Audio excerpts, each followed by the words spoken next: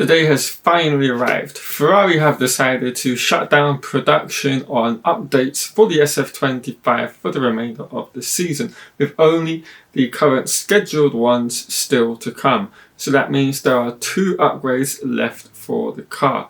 And on top of all of that, there is no actual upgrade for this weekend for Canada, which was supposed to actually be the opening round for the brand new floor for their car. So it seems they have now completely turned their focus towards 2026.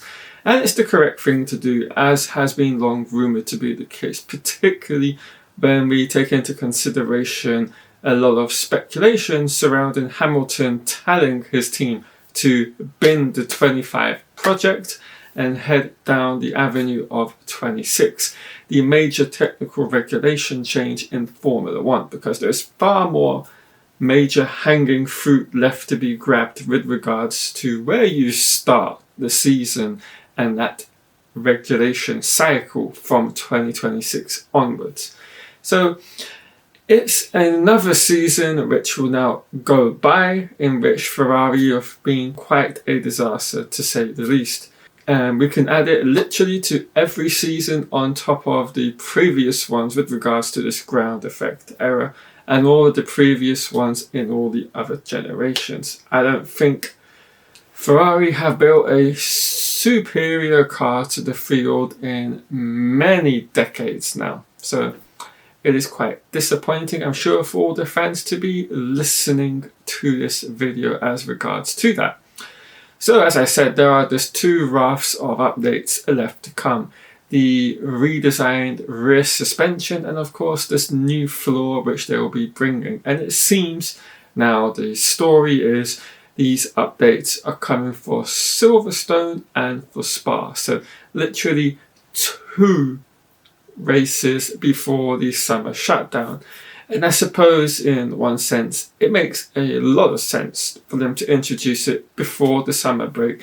Gives them a lot of time to gather data across 2 events in what would be considered 2 of the most high-speed circuits on the calendar. And so you can get a good amount of data from it. And during the summer shutdown you can go ahead and shift through all of the data, see what you can learn and how to adapt and set the car up as you move forward into the second half of the season. And Ferrari have the tools back at Maranello to do that.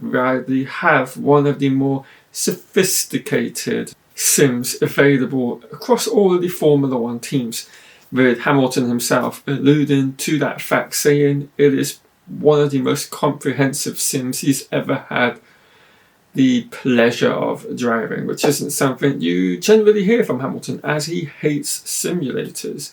So I think it is an interesting strategy, whether intentionally or not, they've put in place. But I, for one, I'm happy they've decided to do this. They need to be doing this. Too much time has passed in this season already for there to be a sort of renaissance with regards to their fortunes in either championship. Both of those are long gone. Neither driver will catch up to McLaren, and neither driver will be able to take wins off of those teams, because I think they have copious amounts of upgrades that they haven't even put on to their MCL 39. So all in all, it has been pretty disastrous this 2025 season, particularly where they ended the last one and where we expected them to pick off in general with regards to 25. I really thought they would be within the ballpark of having a title challenge at some point coming to fruition. But it seems, as it always is with Ferrari, their calculations have been misguided. They haven't put a car together which can handle the loads and everything else that comes with this ground effect error and how you have to design a car. They are now 4 for 4 with regards to making duds in this era, and I, for one, am very thankful this is the final season, because I've not been a fan of these cars ever since its introduction. It has been quite boring, to say the least. And I would have much rather be stuck with the 2021 set of regulations, as the competition was super close then, and I think the field would have caught up even more for the remaining couple of seasons. So yeah, I am happy Ferrari have decided to do that. Now for 26, I don't expect miracles. I don't think they'll be the quickest team. I would be very, very pleasantly surprised if they were, and that was to be the case.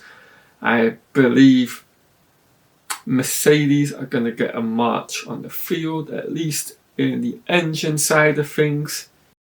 And I would say with Adrian Newey fully focused on 26, Aston Martin could produce the standout car in terms of aero. And so we could have an interesting 26 without Ferrari even kind of being in the ballpark with regards to their competitiveness. And that is my feelings in general on where Ferrari are at and where they're going to go. And I'm going to wrap the video up here with regards to that. Hope you've all enjoyed it. If you have, leave a like.